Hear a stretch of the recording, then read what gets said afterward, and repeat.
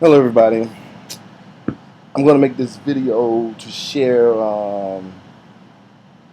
what's come to me after watching all the great work all you guys have been doing, all the great work that's out here on Flat Earth. I've been looking at it for about 2 years now, and it just hit me the other day when I was looking at the video, great video, Stars Our Souls did about land being hidden from us, and it just like really just got my mind racing, and it just really just came to me, right? And this is what I'm saying right now.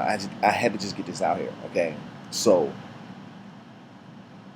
when you see the earth like this, and we know it's something like this now, and you see how the sun and the moon are traveling above head,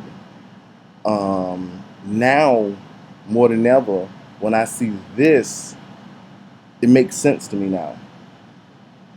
Like 6, that's the sun, and then that's the moon, number 9. But it's not. This is 3-dimensional.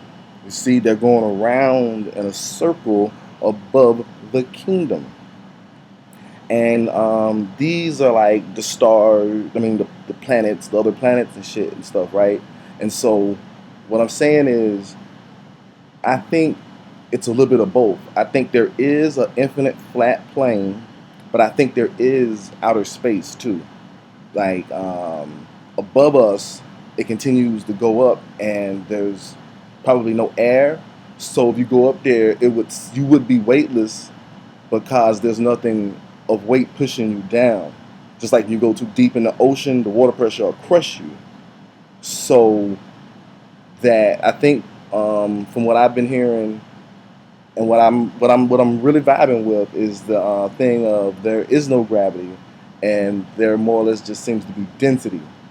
Dense matter goes down, and lighter things can hover where they're at, or even move up, or you know what I mean.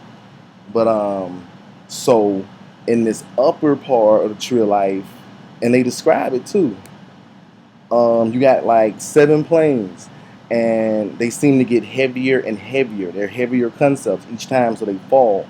So on the infinite flat plane, there's just all of this just frozen. You don't want to use the word frozen. It's just that there's no energy there. So there's just all this dense matter that's coalesced from all the higher planes, from the spiritual to the casual to the intuitive to the egoic and the mental and the astral, and then it falls down here. All those falling stars and stuff, that's just like chunks of matter that's just been falling for eons here inside of this pocket and in the spaces in between other pockets. Okay, and as you can see, also here it shows you this directional path the energy flows. And shout out to electric universe theory, which I'm very much into also. They have this thing called Birkeland currents that they've observed, and that totally supports that, because they show how Earth connects to the sun and so on out into the cosmos and stuff. Check them out if you haven't.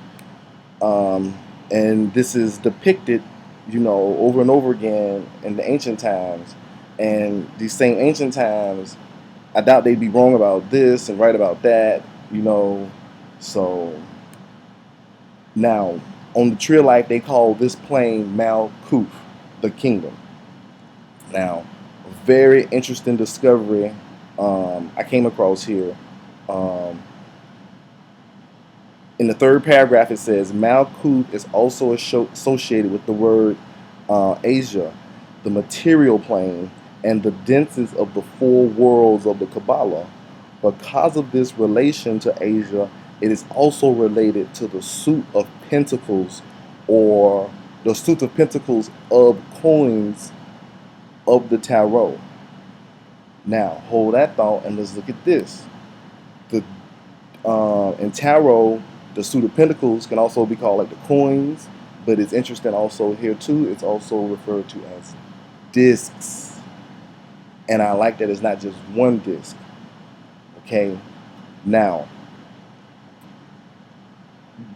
What's important, what I want to really point out right here is at the bottom. It says, in most of the decks, the discs are called pentacles or coins, referring to their material meaning.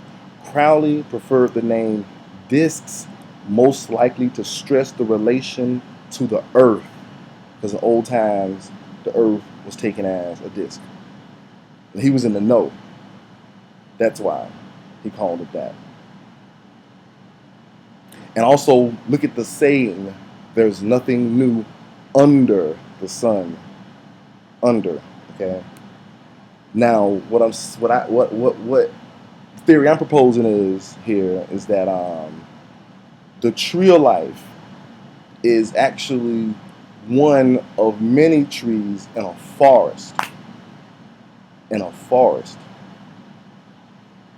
Probably doesn't look like this, but just for imagination's sake, there's probably several of these on the infinite flat plane extending down from outer space. And so that means you have numerous pockets, probably an infinite number of pockets out there. Some of them probably haven't even been touched by man yet. There's probably new ones dropping all the time and forming and stuff like that. Some are probably in the earlier stages, where there's still that's probably the explanation for like the ice age and stuff like that, because that was probably just the start of this round of creation.